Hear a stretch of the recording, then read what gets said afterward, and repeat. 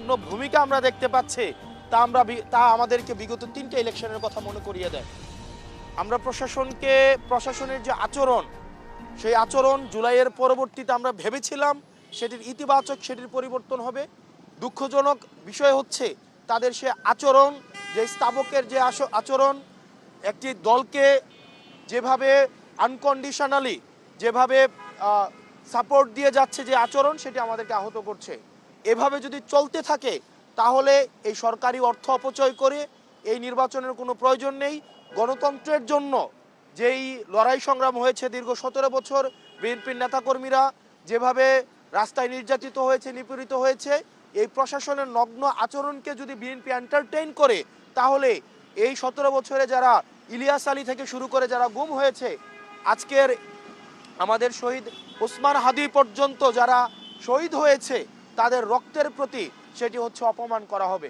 সেজন্য বিএনপিকে গণতন্ত্র যদি রক্ষা করতে হয় তাহলে এই প্রশাসনের নগ্ন আচরণের তাদেরকেও প্রতিবাদ জানাতে হবে।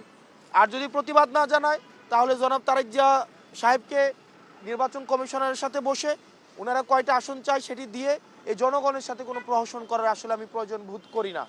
ডিসিরা, এসপিরা নগ্নভাবে এই নির্বাচনে হস্তক্ষেপ করছে। আমরা এই হলফনামা বাছাই থেকে শুরু করে আমাদের আজকে পর্যন্ত আমাদের এই তাদের যেই প্রশাসনের যেই বায়াস যে আচরণ, সেই আচরণ নির্বাচনকে কতটা নিরপেক্ষ করবে সেটিতে আমরা সন্দিহান। এবং এই যে আমাদের আজাদির যে যাত্রা, সেই আজাদির যাত্রাকে আরও দীর্ঘমেয়াদী করবে বলে আমরা মনে করি। সেজন্য সরকার থেকে শুরু করে নির্বাচন সংশ্লিষ্ট প্রত্যেকটি কর্তৃপক্ষ, ছাত্র জনতা এবং যারা ভোট দিবে তাদেরকে সচেতন হতে হবে। এবং আমরা নিশ্চিত করতে চাই আমাদের রক্ত যাক, আমাদের এই আজাদির সিলসিলা অব্যাহত থাকুক, এবং আমাদের যদি আরও জীবন দিতে হয় আমরা সেটির জন্য প্রস্তুত। কিন্তু আজাদি, চূড়ান্ত আজাদি না হওয়া পর্যন্ত এই আমাদের লড়াই অব্যাহত থাকবে।